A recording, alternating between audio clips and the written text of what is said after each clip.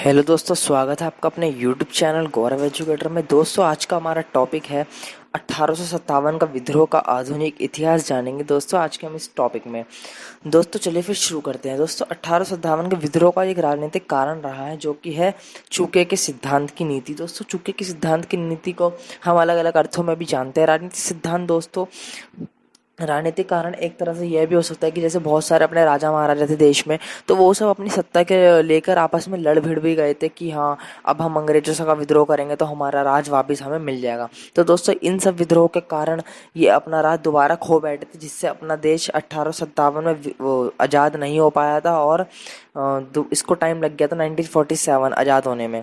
तो दोस्तों, यह एक मेन कारण माना जाता है, लेकिन बहुत से लोगों को ये पता नहीं होता है कि अपना देश क्यों नहीं आज़ाद हो पाया था 1857 में।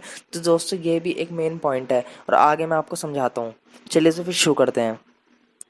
दोस्तों, अगला है आर्थिक कारण। दोस्तों, आर्थिक कारण अपना जो था उसमें बताया गया है भारी कराधान भारी कराधान और निष्कासन, भारतीय उत्पादों के खिलाफ भेदभावपूर्ण शुल्क नीति और पारंपरिक हस्तशिल्प का विनाश, जिसने किसानों, दस्तकारों और छोटे जमींदारों को चोट पहुंचाई। ओके, मतलब आर्थिक में दोस्तों, आर्थिक में यह था ना कि मतलब जो छोटे और जो किसान थे ना, इनको बहुत घाटा होता था यार। जो ये राजा महाराजा थे इनको कहने पे तो पहले से ही बहुत पैसा था ही, लेकिन ये छोटे का जो मजदूर थे इनको तो मजदूरी भी नहीं दी जाती थी। सैन्य भेदभाव के रूप में भारतीय सैनिकों को कम वेतन का भुगतान किया गया। वह सूबेदार के पद से ऊपर उठ नहीं सके और उनका नस्ली अपमान किया जाता था। मतलब मैंने जैसा आपको बताया ना कि छोटे किसानों का शोषण होता था, तो वही है इसमें। जो सैनिक लोग थे छोटे, वो अपनी पोस्ट से कभी ऊपर उठ ही नहीं पाते थे। हाँ भाई, जैसे कि कोई छोटा बंदा है वो उठे, बड़ा होए, कुछ हो, लेकिन उनका नाम ही नहीं उठ पाता था भाई, क्योंकि शासन इतना कैड़ा कर रहा था यहाँ पर। और छोटे लोगों को, गरीबों को तो उठने दिया ही नहीं जाता था। और आजकल भी यही हिसाब है अपने देश में देखे जाए तो यार, किसी छोटे लोग कोई उठ जाएगा तो 100 लोग आवाज उठाते हैं, भाई ये कैसे हो गया, ये कैसे हो गया। अगला पॉइंट है सिपाहियों की शिकायतें। एनफील्ड राइफल की शुरुआत की गई थी और इसके कारतूस, जिसमें पशु वसा के साथ ग्रीस किया गया था, इन कारणों ने विद्रोह को चिंगारी प्रदान की थी। ब्रिटिश सामाजिक सुधारकों के कारण, जैसे विधवा पुनर्विवाह, सती के उन्मूलन, लड़ाइयों के लिए शिक्षा, ईसाई मिशनरियों को बढ़ावा देना।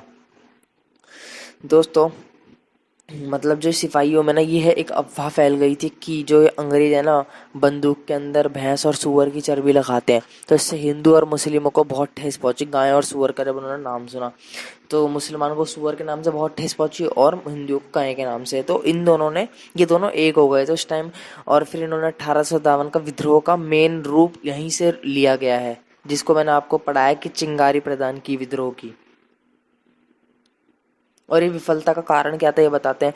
हैदराबाद के निजाम, जोधपुर के राजा, ग्वालियर के सिंधिया, इंदौर के होलकर, पटियाला, सिंध और कश्मीर के शासकों और नेपाल के राणा ने अंग्रेजों को सक्रिय समर्थन प्रदान किया। अब आप खुद ही देख लो भाई साहब, आधे से ज्यादा राज्यों ने तो अपने यार अंग्रेजों को ही समर्थन करा इसमें। कुशल नेतृत्व के तुलनात्मक कमी भी रही है। सही बात है। नेतृत्व अगर अच्छा होता ना, तो यार अंग्रेजों की बैंड बजा देते हम सही से। नेतृत्व भी अच्छा नहीं था राजाओं का, कुछ कुछ होगा, तो वो अपनी सत्ता पे ही लगे हुए थे भाई। हमें अपनी सत्ता मिल जाएगी, ये जगह हमारा इलाका है, अब ये मिल जाएगा। अगर सब एक होके लड़ते ना, तो इनकी पुंगी बजा देते अंग्रेजों की और सारे भाग जाते यहाँ से। विद्रोह का प्रभाव। सरकार ने इंडिया एक्ट 1858 के द्वारा भारतीय प्रशासन का नियंत्रण ब्रिटिश क्राउन को पारित कर दिया था। सेना का पुनर्गठन किया गया। विद्रोह के बाद ब्रिटिश सरकार ने फूट डालो और राज करो के शासन की नीति अपनाई। अब देखो भाई साहब, अब हमने जब विद्रोह खूब बढ़ चढ़ के कर लिया, अब जब अंग्रेजों ने हमारी बैंड बजाई दी, और फिर बाद में बैंड बजाने के बाद क्या हुआ, अंग्रेजों ने भाई साहब समझ लिया कि हाँ ये कुछ कर सकते हैं।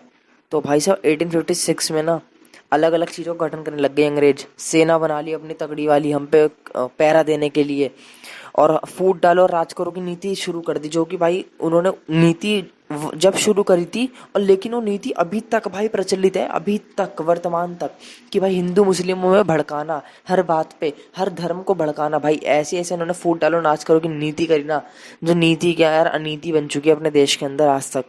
तो दोस्तों मैं तो आपसे यही कहूँगा कि यार इनकी नीति को हटाना है तो यार दिल में प्रेम और राष्ट्रीय ध्वज के नारे लगाकर अपने लिए कुछ करना ही होगा, जब भी हम सब एक हो पाएंगे।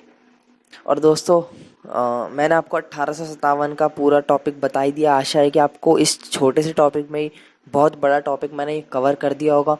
अगर आपको वीडियो पसंद आए तो यार लाइक करना, शेयर करना एंड सब्सक्राइब करके बेल आइकन प्रेस जरूर कर देना, जिससे आने वाली वीडियो की नोटिफिकेशन आपको टाइम टाइम मिलती रहे। चलिए दोस्तों मिलते हैं अगली वीडियो के साथ, तब तक के लिए जय हिंद जय भारत।